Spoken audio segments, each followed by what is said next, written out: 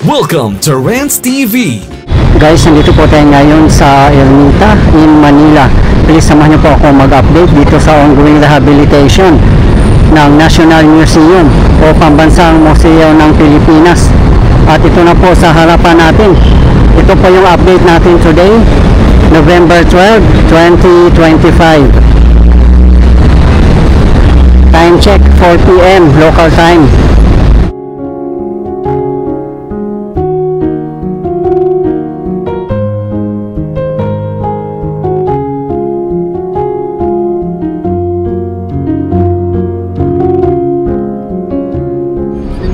Ayan po ang kahabaan ng Taft Avenue. Ayan naman po ang Finance Road. Ayan naman po sa tapat natin ay National Museum of Fine Arts. Dito naman sa labasan, ayan o, matagal na po itong natapos ang gate dito. At yung plant box naman po ay meron na rin po mga halaman. Wala na pong fence dito. Ito na po yung pinaka-fence niya, yung plant box. Hanggang doon po ito. At yung sidewalk naman po dito, ayan, naka-concrete na rin po.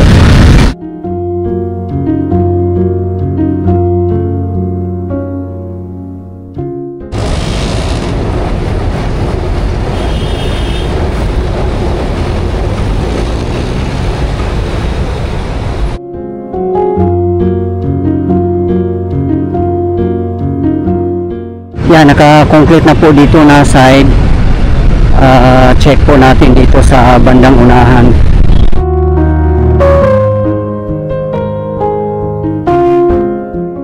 Dito naman po, ito pa po yung existing, yung luma. Ayan o, sila-sila na nga po. Hindi pa natatapos dito. At ito yung plant box, ito na yung pinaka-fence po niya.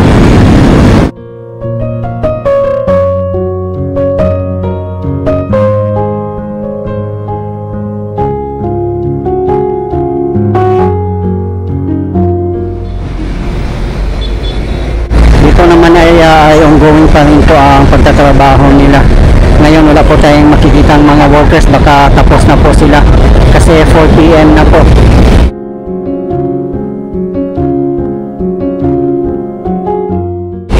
Yan po sa bandang unahan ang United Nations Station ng LRT1. Yan po ang pinakamalapit na station kung mamasyal po kayo dito sa National Museum at Rizal Park.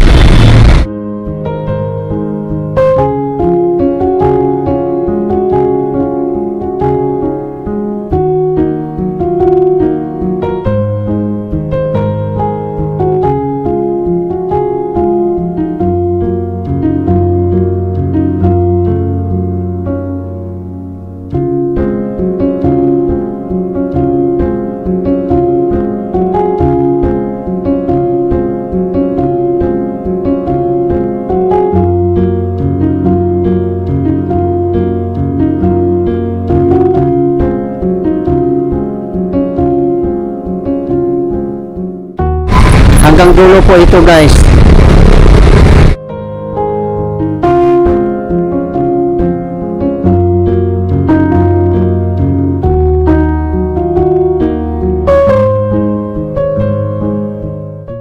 Diyan na po sa bandang dulo nito ang Calao Street.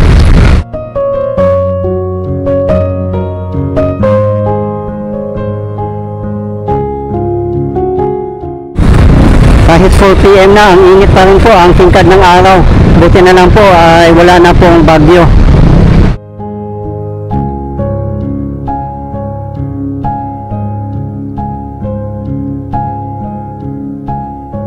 Project completion of the development of National Museum Complex in Manila. Enhanced flood control measures. Location, Rizal Park, Ermita, Manila. Contractor, 401 Development and Construction Corporation. Contract duration 280 calendar days. Date started October 1, 2025. Target date of completion July 8, 2026. Contract cost 24,615,888.56. Implementing Office, National Museum of the Philippines. Source of fund, general fund for fiscal year 2025, capital outlays, building and other structures outlays, special appropriations. Pasok na po tayo dito sa National Museum. Sa mga hindi po nakakaalam, wala pong bayad, mamasyal po dito. Meron din pong gate doon na side. At dito sa pinasukan po natin, sa bandang dulo ay hindi pa po tapos. Kaya sarado pa po doon na area.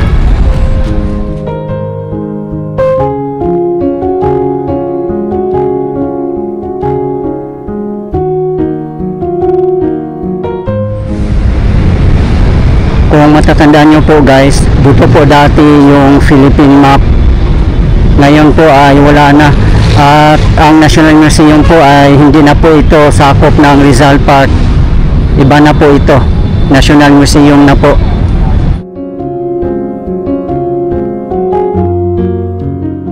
Meron po tayong tatlong museum dito. National Museum of Natural History, National Museum of Anthropology, and National Museum of Fine Arts. Yung tatlong museum na po na yan ay wala pong bayad pumasok. Magdala lang po kayo ng ID. Yan, dami ding mga punong kahoy dito. Ganda rin, no? Naka-pavers na rin po.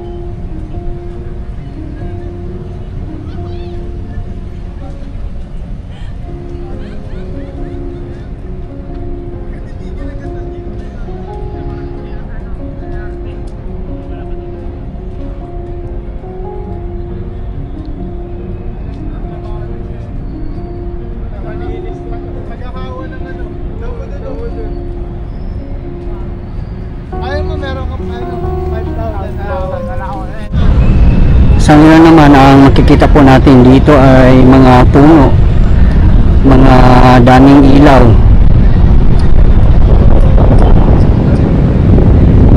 Ayan, the last time na nag-update po tayo dito ay wala pa pong nakatanim dito. Anahaw tree yata po ito.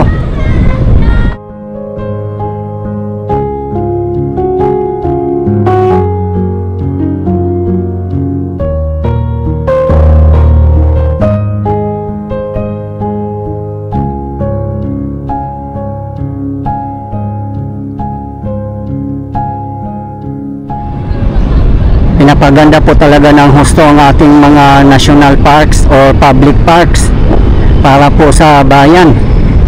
At sana nga po guys na mapanatili po natin malinis at mahalin po natin ang ating kapaligiran. Kung may mga basura po tayo na wala tayong makikitang basurahan, ilagay na lang po muna natin sa ating mga bulsa or bag. At saka na lang po natin itapon kung may makikita po tayong basurahan. Otherwise, uwi na lang po natin sa bahay, doon na lang po natin itapon para mapanatili po natin malinis ang ating kapaligiran. Ayan po ang National Museum of Natural History. Meron pong event pala dito.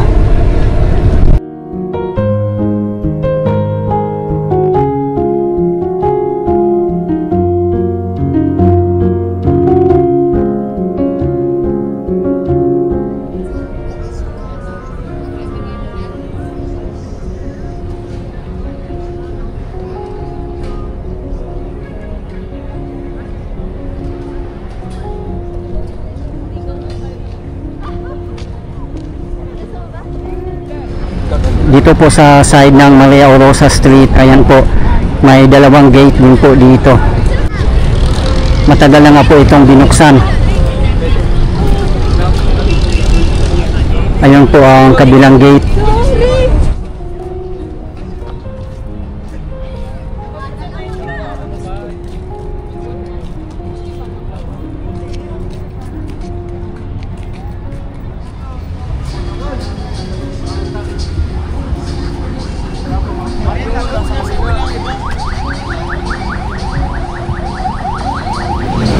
Ayan po ang kahabaan ng Maria Orosa Street.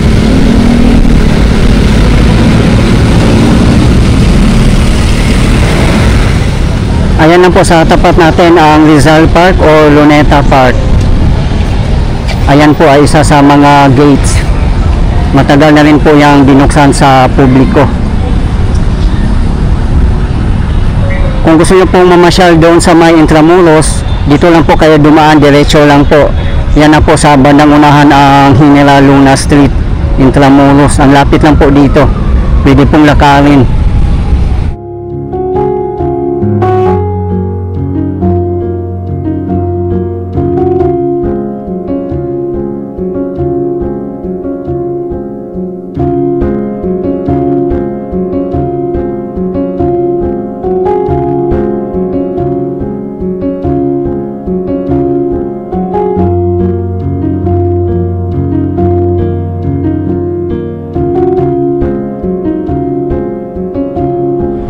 Ayan po ang napakalaking monumento ni Lapu-Lapu.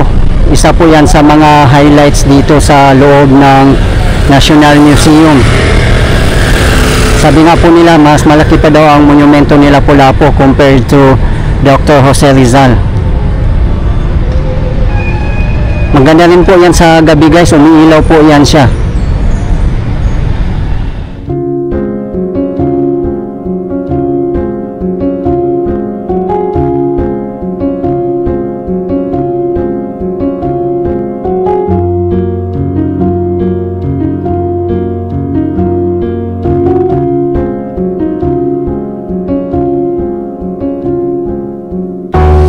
Yan po sa tapat natin ay isa po sa mga gates ng Rizal Park. At dito nga po sa tapat niya ang Pambansang Museo ng Pilipinas. Pasok po tayo dito ulit guys.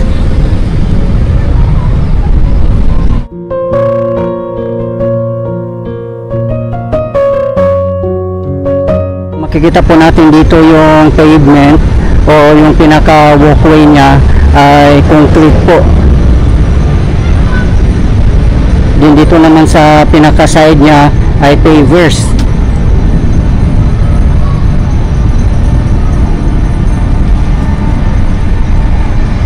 Napakaganda dito pag sa bandang gabi dahil sa mga pailaw po niya, para siyang City of Lights.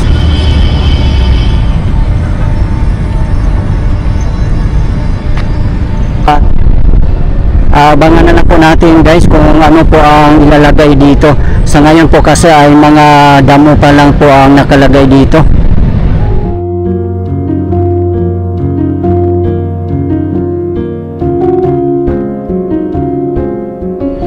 Siguro ito na yung pinaka-finish po niya, purely concrete lang po. Mas matibay siguro pag purely concrete.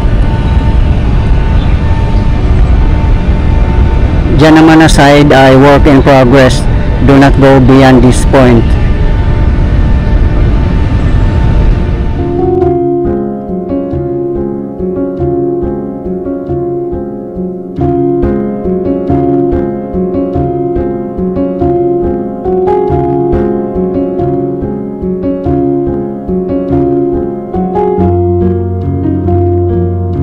Ayan, may nakalagay nga po dito, oh, keep off the grass.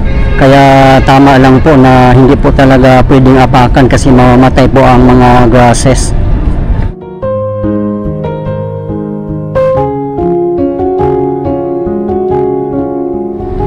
Ayan lang po ang National Museum of Anthropology. Yan, as you can see, marami pong mga nakatambay at nagpapahinga sa mga stairs.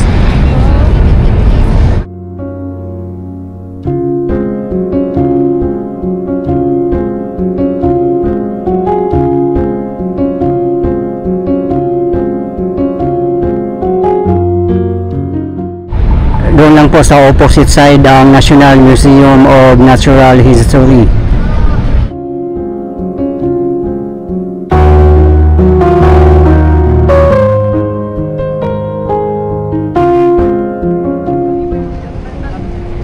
Namasko tayo sa mga ano.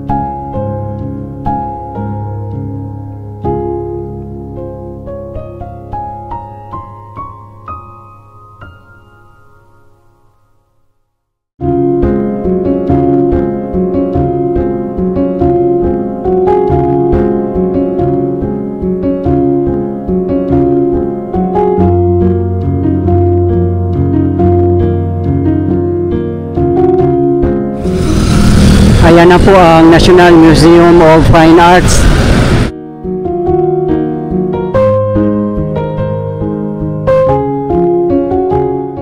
Doon lang po tayo galing kanina.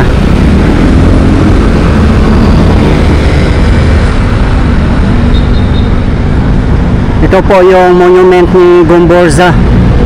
Yan naman po sa likod ay Intramuros. Yung fountain naman po dito sa monument ni Gomborza ay hindi po gumagana ngayon. Baka mamayang gabi pa po siguro.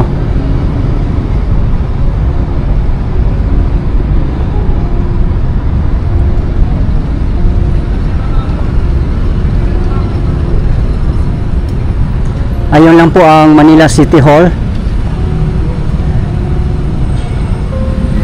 Bantayog ng Gomborza ay pinahayag bilang pambansang bantayog ng Pambansang Komisyong Pangkasaysayan ng Pilipinas 27 Enero 2021. Ang panandang ito ay inilagay bilang paggunita sa ika-150 anibersaryo ng pagbitay kina Padre Mariano Gomez, Padre Jose Burgos at Padre Jacinto Zamora.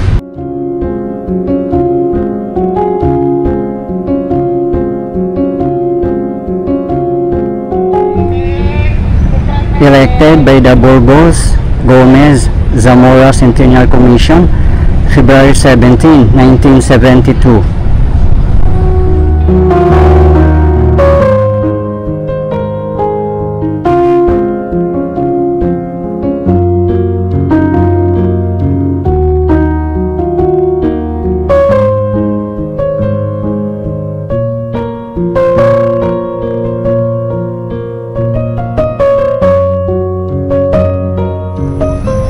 Kahit dito, dami rin pong nagja-jogging. Ayan po, oh. Kaya mag-jogging kayo dito sa National Museum at diretso doon sa Rizal Park. Panalo na po. Sulit na sulit.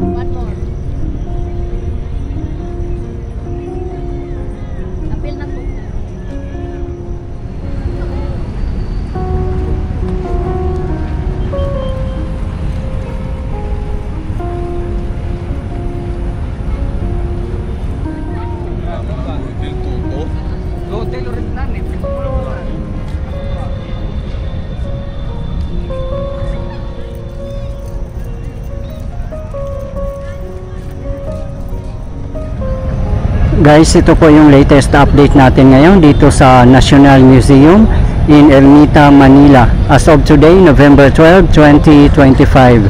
Maraming salamat po sa patuloy yung suporta at panonood ng aking mga videos. I really appreciate po. At hindi po ako magsasawang i-update kayo, lalong-lalo na po sa mga government infrastructures. Mabuhay ang Pilipinas. Okay guys, thank you for watching and keep safe everyone.